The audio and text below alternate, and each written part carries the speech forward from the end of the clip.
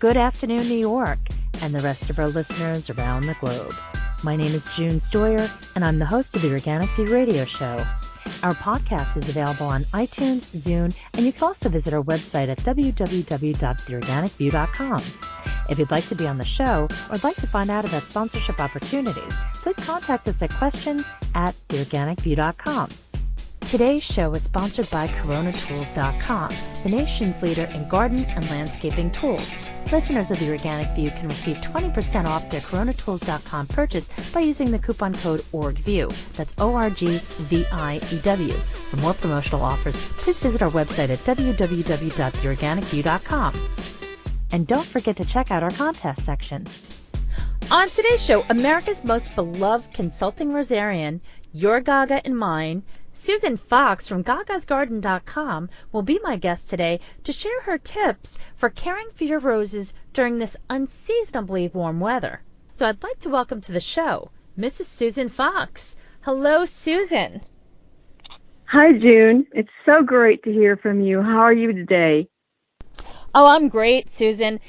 I tell you, the best thing that I did this entire growing season was adding, and I know that a lot of people are going to cringe, but adding knockout roses to my garden, because I am not always a great gardener, and I'm a master gardener, which makes it more embarrassing. But during August and September, I had a lot of projects outside, and unfortunately, a lot of plants that I really nurtured throughout the growing season, unfortunately, they're not blooming, or they died.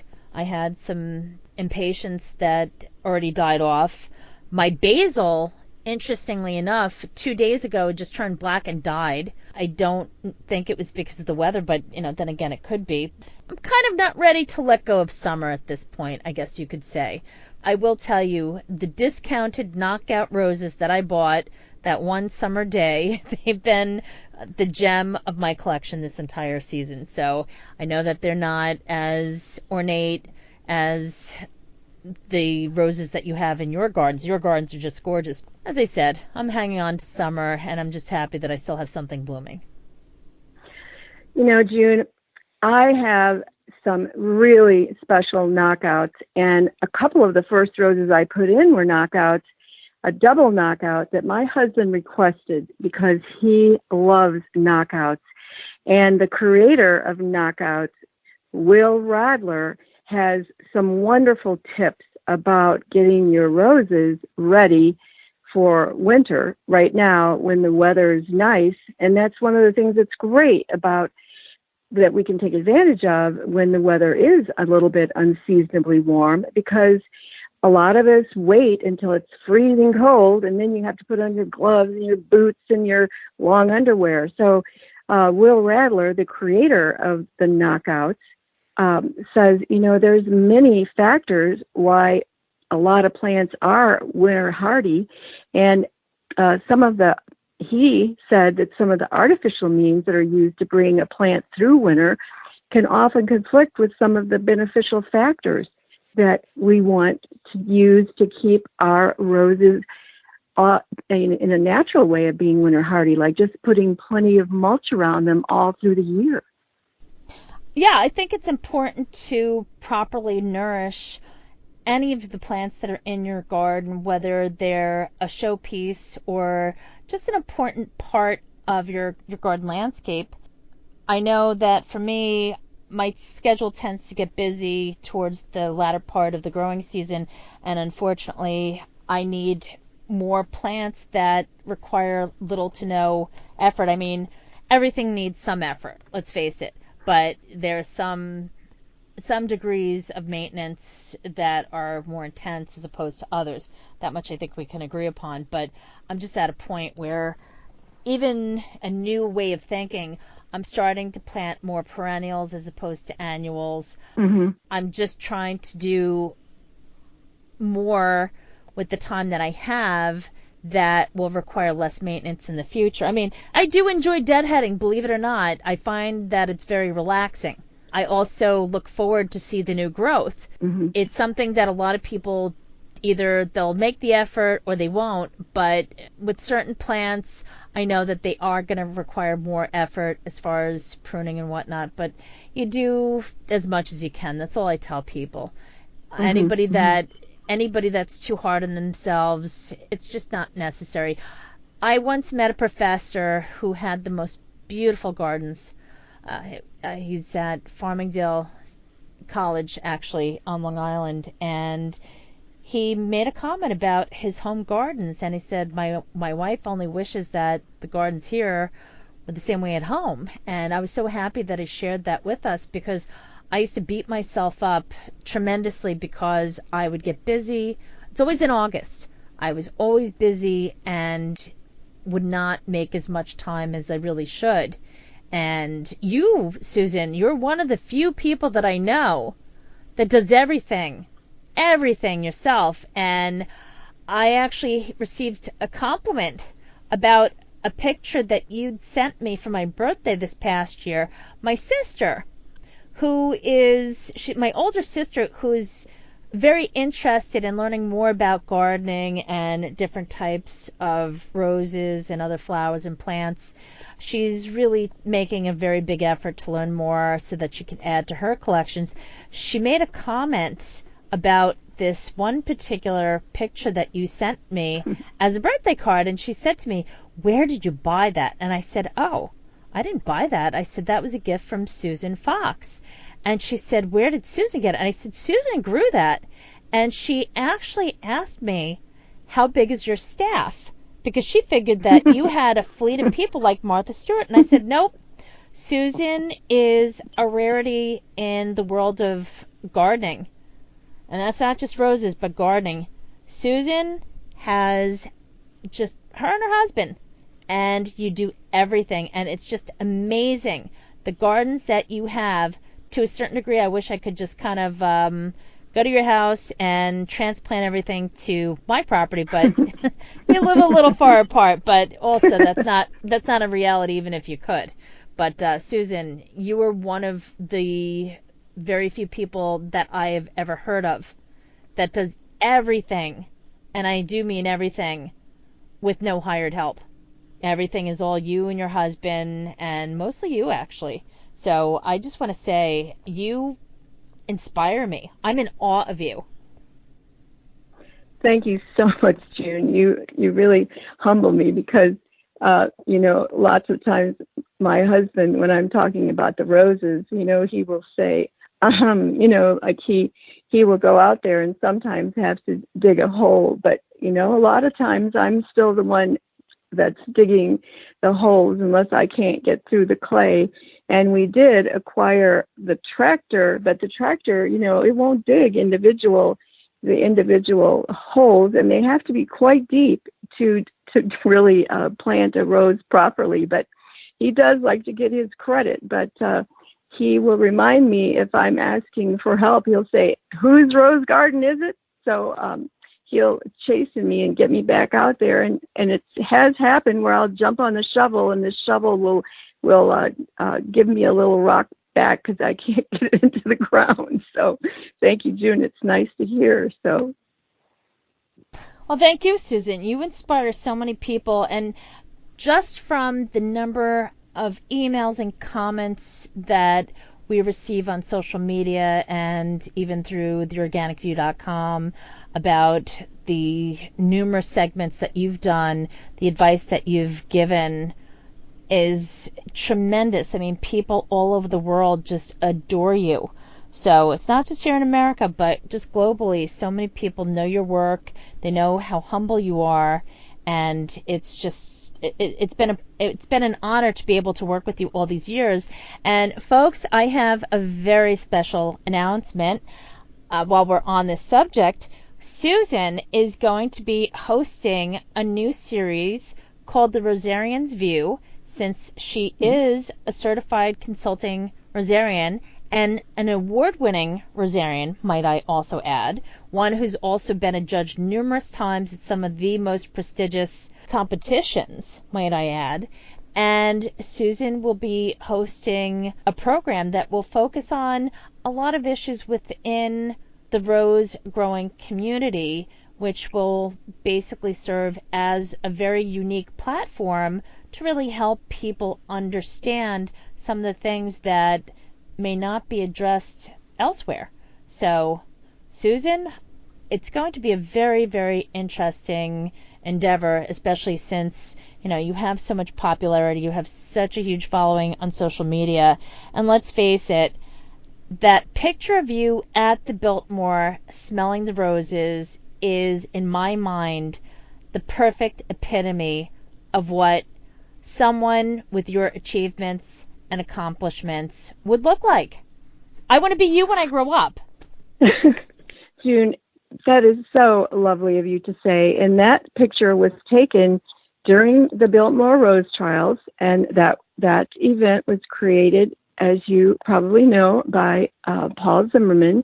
And the picture was taken, like so many great pictures are, it was taken when I was unaware by the publicist of the Biltmore, Leanne Donnelly, and it's still up on their blog post for the winning, all of the winners of the Biltmore Rose Trials of 2014. So, and I was just leaning over to smell, because one of the categories of the rose, of judging the rose, is for fragrance. So the rose was Bajazzo. I leaned in to smell it. I didn't know that picture was being taken, and so I had people in Bermuda call me, and it was in the papers in all in Asheville, and it just went everywhere, and I'm really humbled by that, and I've seen it everywhere, and I just was amazed.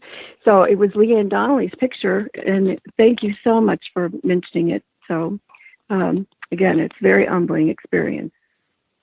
Well, Susan, I know that we can expect great things coming from you, and I do wish you all the best with the new series. I know I'm very confident. I couldn't have selected somebody who represents, in my mind, what I view someone who does what you do is like. The knowledge, and just based upon the interviews, I mean, the proof is in the pudding.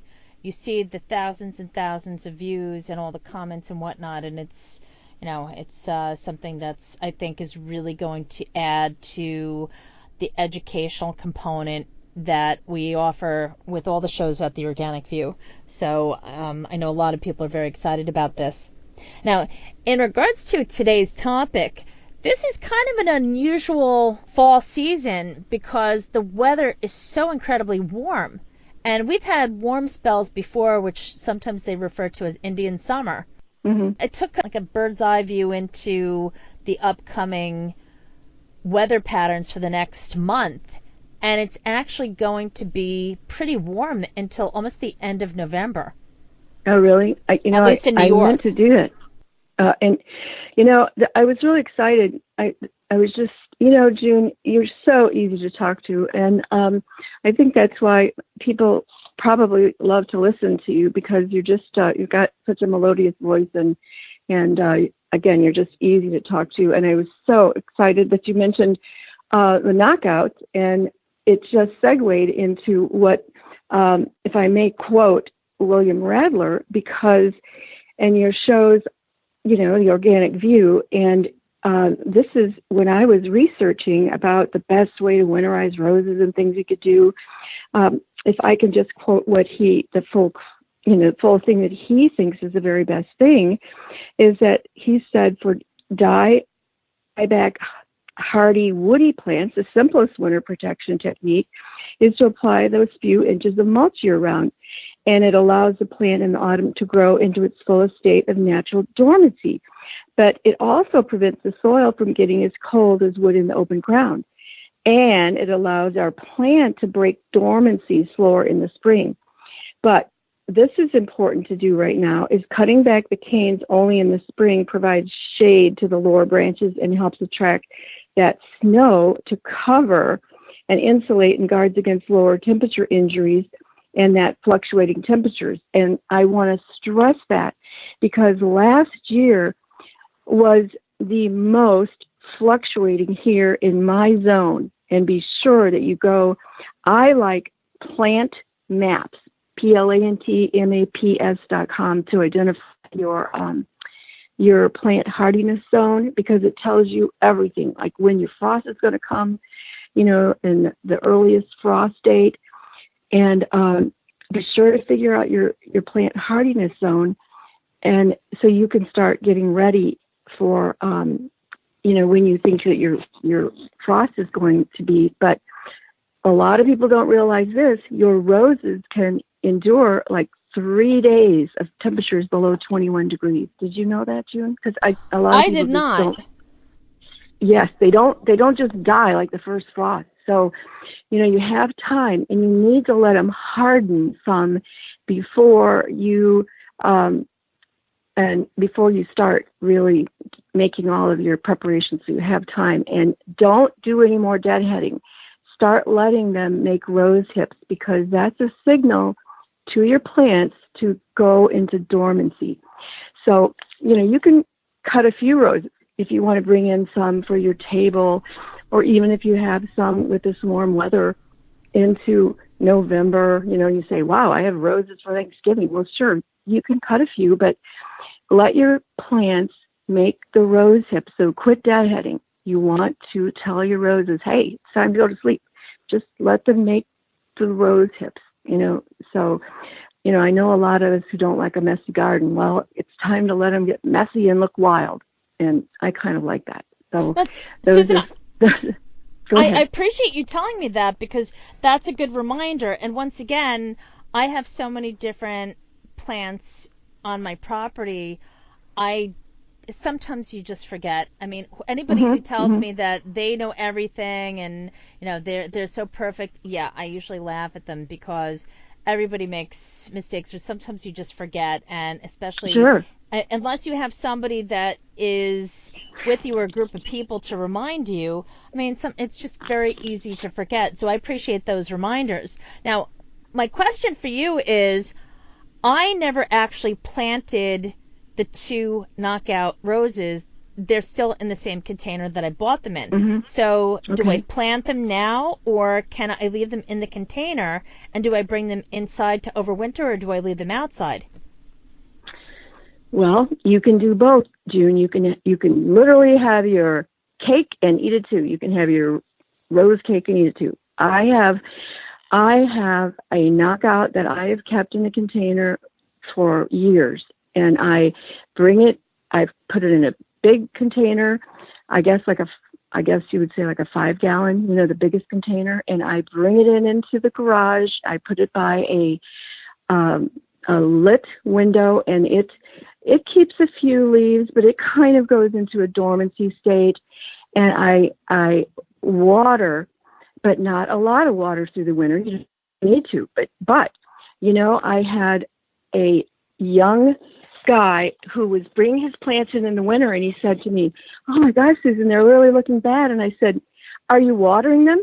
And have you ever had someone that the light bulb just goes off? And he's like, well, no. I said, well, you can't quit watering them when you bring them in for the winter. They're still alive.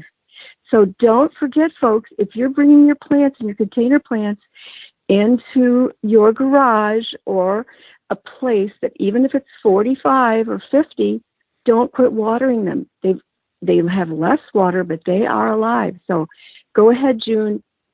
You can leave them in a container, put them by a lit window, but don't forget to water it over the winter. And you can still, I did a big planting for a company that said they wanted to show folks how you can plant your roses in the fall. And you should see, June, they sent a whole case full of 36 roses. Can you imagine doing that in the fall? And I planted all of them for the test to see how they would overwinter. And they did great. They just did great. So, you know what? People just have the bug to plant in the spring, but you can plant in the winter, in the fall. But you want to plant early enough before the frost, so those roots can get a little established, and then do some good mulch cover-up. Does that make sense? Sure. But what do you do if the temperatures do drop below 40 degrees up here? Should I have what they call a Florida room. which is an enclosed back porch. So do I leave them back there, or do I bring them inside near a window? You can bring your container rose. If you put your knockout, I'd try to bring it in by a window. If you've got room for it, I think I would, because I know the tropicals. I bring my jasmine in. You know what I mean? I can't leave that outside. It can't go, in really cold weather. But if you've got room for it, sure, bring it in. It's not going to bloom great through the winter, but I've seen some roses. Some people go ahead and bring a grow light in, and they grow their miniatures right in the house, through the winters. There's people who start roses in their basement with grow lights and things, June. So bring it in. You'll have fun with it. What if I wanted to plant it outside? I mean, I could always transplant it if I wanted to in the spring, couldn't I? Because I'm really, a spring planter. I like to plant in the spring. But you know what happens? Out here, there are so many plants that are reduced in the fall that I really encourage people to go and get those bargains like you were talking about, June. You should see the dollar tables. I mean, I have gotten so many gorgeous perennials, and I love to go and get them. And sometimes I haven't even known what the plants are. I don't find out until the next fall when they're just blooming like crazy. Like, what are those gorgeous daisies? The white daisies. And I can't think of the name, but yes, we have Montauk daisies. Montauk daisies. I didn't know that's what they were, and I put them in, and now they have multiplied. I mean, I just love to tell folks, go out there and check the tables in your local garden centers and buy off all those perennials, because annuals will just bleed you dry. Look, in the spring, they're going to cost a fortune, and you can buy a bunch of annuals and get them at a low price and put them in the fall and have some fun when the weather's nice. That's just a fun thing to do. I love to plant everything. Everything. I think that's a great idea. Mm-hmm. Now, Susan, with regards to protecting your roses from severe inclement weather, I have no idea what to expect. Last winter was exceptionally mild. We did get a few pretty intense snowstorms, but for the most part, it was a very, very mild winter. However, I don't think that that's going to be the norm. So what do you do when we have the ice, the snow, and all that? What do you do? I mean, is there anything that you could do to protect your roses, especially from all the ice and whatnot? I mean, should you cover them? What do you do when these things happen? I've got a couple of articles because I give folks an option, because for the super cold climates, if you can grow roses in Minneapolis, just God love you, because the things that are done in Minneapolis to protect roses are just beyond the pale. I mean, they actually tip their roses, and meaning they dig up the roses on the side, tip them over, and literally bury them below ground. So there are, from that radical, and I did that in Northern Illinois, and I'm not doing it again. I'm just letting everybody know who's listening, I'm not doing it. So if it required that to grow roses, folks, June would not be speaking to me right now. So with that said, I believe in right now, one super economic thing that you can be doing is have your kids get out there and gather up as many of your own leaves as possible. Just gather them up in those lawn bags. Leaves are excellent way to mix with some of your own soil and mulch and stack it up around your roses. And then you can, you just, around the house, mine kind of blow in there and form a natural barrier, but you want to have as much protection around them as possible, and it just forms a natural barrier around your roses. So that's what I start doing. I gather my own leaves and put them in the lawn bag so I can have lots of leaves and mulch to put around them. And that's pretty much. And I still talk to some people. One of the people that's pretty, she's on the board in the Rose Society, and she's in Wisconsin, and she still does not. She doesn't do any rose protection in the winter. They just don't do any extra. So, but I do the mulch and leaves, and that's what I think is the best thing to do. But if you're in the far north, then you can. I've got what she's highly regarded, and her name is Deb Kaiser. I have it on my website, and she is revolutionary. She uses construction cloths, and she trims them back, and she puts up some posts and bricks and covers them up with construction cloth. And I thought that was really great, great idea. So there's several options for you to do, just however much work you want to do. Well, I just want to share something that I've done with gooseberries. My gooseberry bush is planted facing north, believe it or not. And it's right next to my Montauk daisies. And it's still in the original container. Yeah. I never bothered planting it, but it's obviously established roots. It's a big bush. But what I found is the leaves that blow in, I have all evergreens. So I don't have any deciduous trees on the front part of my land. And from the neighborhood, the leaves blow in, and I just found that I leave the leaves be. I try to rake up a certain portion of the leaves just so that nobody gets hurt walking, slipping on the leaves, so on and so forth, the sidewalk, stuff like that. But for the most part, I do leave a good portion of the leaves on the side because of other things such as butterflies. Butterflies do overwinter in those leaves, but it also does protect these plants. And even though I may not make as much effort towards the end of the growing season as I should with regards to my gardens, I don't want to kill plants unnecessarily. Right. So, that's something that's very important. Now, one question that I have for you is there anything that you can do as far as different treatments or whatnot for plants to protect them from any types of diseases? Well, I had explained to you before, this is a treatment that some people do to help protect or the spore for black spot is in the air, as we know, all the time. And some people use a treatment of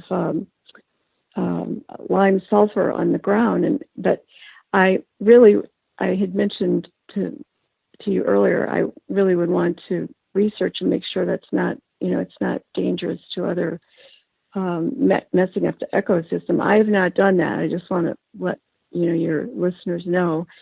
And I don't know. I know that it's a natural substance, and I am planting. Right now, I'm planting more and more roses. As better roses come out, I'm planting more and more roses that are just naturally more disease resistant. I just like plants that are easier care. So, but it's worth looking into. So that's what I really think. And you know what I read, and I did put this on my website, a natural way to take care of black spot was mixing 1/2 milk and water.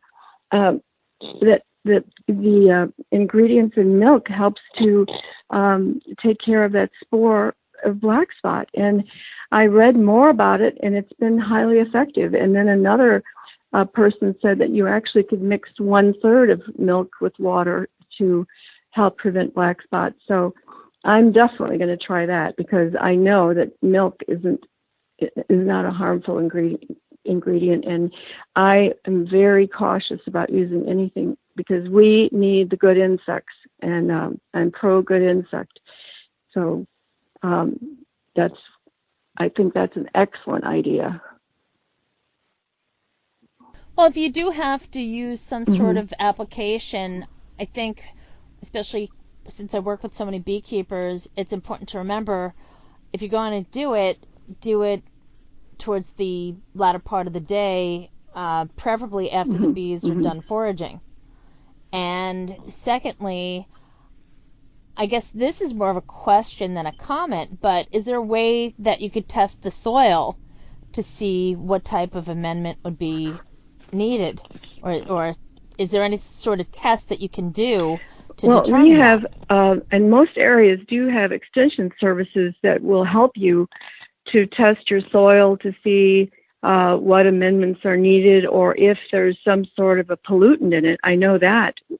So check what extension service is in your area through your local agricultural area. I know there in Plano, the Texas A&M had an agricultural, the ag center. Just check and see, call your county, your local county, and see who does soil tests.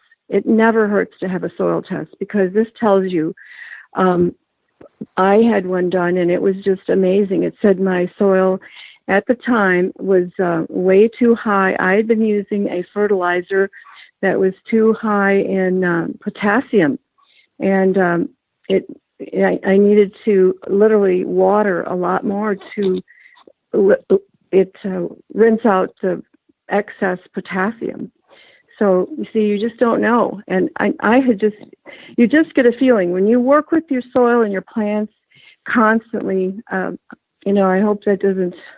But you do. You get a feeling, and you see how your plants are doing. And my plants have just been just outstanding. And then they just were kind of languishing. So I knew something wasn't right. So I had it tested, and it showed me exactly what I needed in the way of a soil amendment. So don't guess. Take it to be tested. Or if you live way too far, you can mail check online. There's some place for you to mail in your soil to be tested.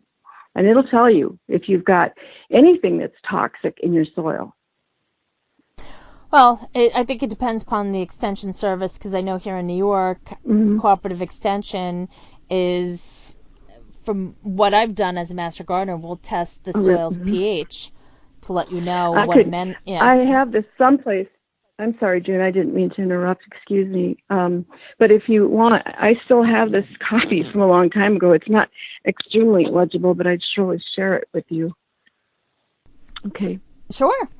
What I was going to say is the local cooperative extension here, they just simply test for pH level. They don't tell you what's toxic in your soil, this and that. You really need to go for a private lab for that. But in other parts of the country, just check with your local cooperative extension or check with the local ag school, and they'll tell you where you can go to get those services done. So, but that's excellent advice. I'm sorry. You may be right. About the cooperative service. Maybe they don't tell you about anything toxic that you might have to go into another someplace else. Well, I think every region is different. It's always best to ask. Can't hurt. I really think it's especially important to check out. I just want to stress to check out that you have get your plant hardiness zone, and that will tell you a little bit more about what you need to do, and that it's just the perfect time right now to do an inventory of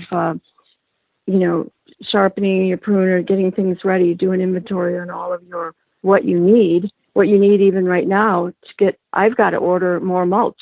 I just want to pass that on. I don't have enough mulch for everything. So I might be telling everybody else, hey, do I have enough mulch to get everything covered up? So that's what I need to do. And folks, if you do need to acquire a couple more pruning shears, what have you, please visit our friends at coronatools.com. Chris Brees has so kindly offered a 20% discount. The information is on theorganicview.com. And also, we have a monthly contest. So if you care to share, simply go to theorganicview.com's Facebook page and just share the page that has Corona Tools, or share the image that has Corona Tools on it. That's basically all you have to do, and we select a winner each month. So just wanted to make that little plug. And thank you, Chris, Absolutely. for all the tools. Amen. And on that note, thank you, Susan. Once again, I appreciate all the information, and I know so many people that love to listen to you. I can speak on their behalf, I think. Thank you again for all the information. It's once again the end of the growing season, but it doesn't mean that it's the end of growing. Well, thank you, June. It's always a delight to speak with you, and I just look forward to our coming up with our segments, and I look forward to listening and speaking with everyone again. Thank you again. Please check out theorganicview.com, where we have the previous segments that I've recorded with Susan, and where you will also find the new segments for the Rosarian's View. Thank you for tuning in. This has been June Stoyer with the Organic View Radio Show. Have a great afternoon.